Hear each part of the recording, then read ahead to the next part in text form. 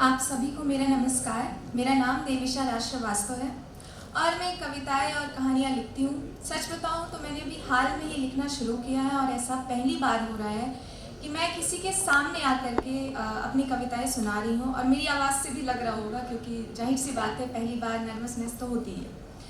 तो जो मैं सबसे पहली चीज़ आपको सुनाना चाहूँगी, आपने आजकल सुना होगा ना पावर ऑफ मैनिफेस्टेशन, या यूँ कहें कि शायद किसी चीज़ को इतनी शिद्दत से चाहो कि पूरी कायनात तुम्हें उसे मिलाने में लग जाए। तो मैंने उसी पे लिखा था कि अगर कुछ मिल जाए तो अच्छी बात है, कि अगर कुछ मिल जाए तो अच्छी बात है, और अगर कुछ ना मिले तो उससे भी अच्छी बात है। मुस्कुराओ मुस्कुराओ, उदास क्यों होते हो तुम, जो मिला ही नहीं उसे याद करके क्यों रोते हो तुम। जो आज बैठे दिखते हैं ना तुम्हें वहाँ शिखर पर, उन्होंने भी सीखा था कई बार बिखर कर। तुम्हें क्या लगता है कि उन्होंने कभी हार नहीं देखी या तुम्हारी तरह किस्मत की मार नहीं देखी।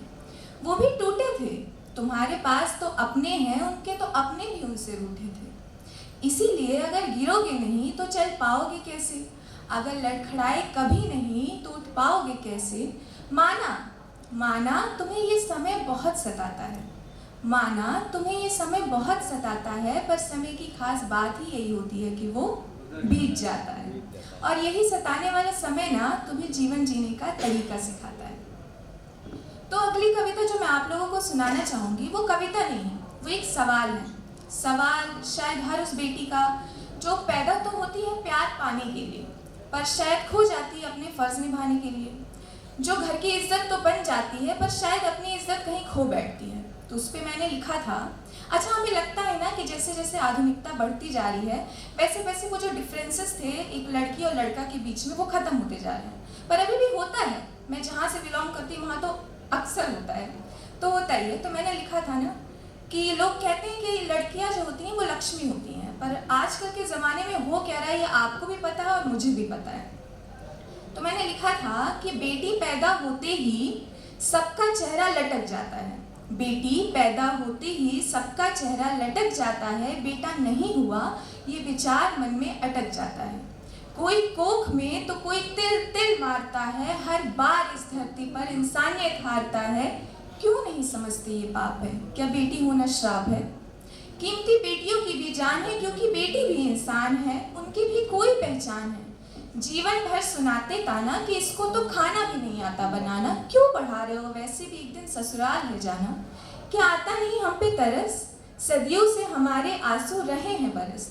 बस करो अब आती नहीं हमें सांस है, क्यों नहीं समझती ये पाप है, क्या बेटी होना श्राप है।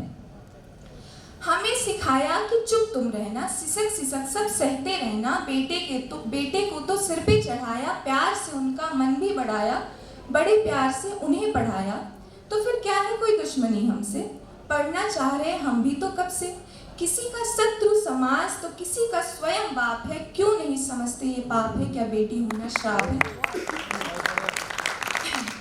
9 दिन करते सादर सत्कार, 9 दिन करते सादर सत्कार, फिर करते हो बलात्कार। झूठे हो तुम हो मक्कार, ऐसे समाज पर है धिक्कार। जीने दो बस यही एक आस है, क्यों नहीं समझते ये पाप है, क्या बेटी होना श्राप है। अब क्योंकि ये मेरा पहला शो है तो जाहिर सी बात है अगर आप लोग तालियां नहीं बजाएंगे तो मुझे अच्छा जो मैं लिखती हूँ ना, तो मेरे पास वैलिडेशन लेने के लिए जैसे सबके पास होते हैं दोस्त, तो मैं जब लिखना अभी मैंने हाल में ही शुरू किया, तो जब उनके पास मैंने सेंड किया तो उनका रिएक्शन ये था कि हाँ ठीक है अच्छा है, क्योंकि मुझे सोशल इश्यूज़ पे ज़्यादा पसंद है लिखना। लेकिन जब पहली बार मैंने प्रेम इश्क मोहब्बत पे लिखा था तो उनका रिएक्शन अरे ये तो बहुत रिलेटेबल हो गया। और जो मेरे पापा हैं वो मेरी सारी कविताएं सुनते हैं, और जब मैं उन्हें ये सुनाती हूँ प्रेम वगैरह पे तो वो सुनते ही नहीं हैं। तो मैंने एक कहानी लिखी थी कि प्रेम जो होता है ना वो बहुत पवित्र होता है, और प्रेम में प्रॉब्लम्स तो 1000 आती हैं, हम सबको पता है। जो सबसे पहली कॉमन प्रॉब्लम आती है ना वो स्टेटस की होती है कि लड़का बहुत मिडिल क्लास और लड़की थोड़ी अपर क्लास, या लड़की बहुत मिडिल क्लास और लड़का बहुत अपर क्लास।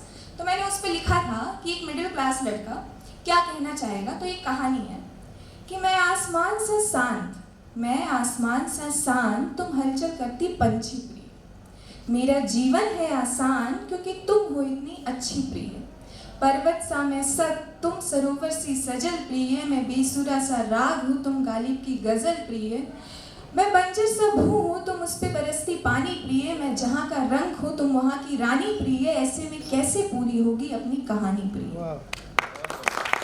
तो मैंने सोचा इसका एक रिप्लाई वर्जन तो होना ही चाहिए, क्योंकि हर इंसान मतलब मान रहे हैं कि आजकल पैसे के पीछे सब भागते हैं, पर ऐसा तो नहीं है, क्योंकि सच्चा प्रेम ना किसी स्टेटस का मोहताज नहीं होता है। तो मैंने सोचा कि इसका एक रिप्लाई वर्जन तो होना ही चाहिए लड़की के पर्सपेक्टिव से। तो मैंने लिखा था कि सच कहूँ तो तुम सोचते बहुत हो, अपने आप में ही कहानियाँ रचते बहुत हो, तुम्हारी खातिर तो मैं पूरी दुनिया छोड़ दूँ, ये शीश महल क्या चीज़ है, भला तुमसे ज़्यादा मुझे क्या अजीज है।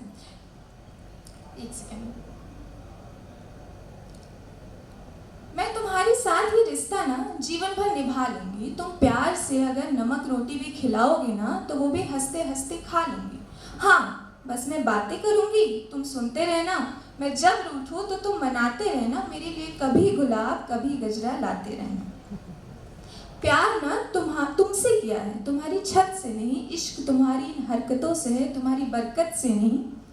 तुम्हारे साथ तो कांटों पे भी चल सकती हूँ, तुम्हें लगा भी कैसे कि मैं तुम्हारा साथ छोड़ सकती हूँ।